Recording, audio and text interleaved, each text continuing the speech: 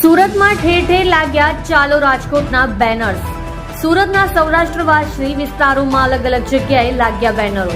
50 થી 60 જગ્યાઓ પર લાગ્યા ચાલો રાજકોટ મતદાન કરવાના બેનર્સ।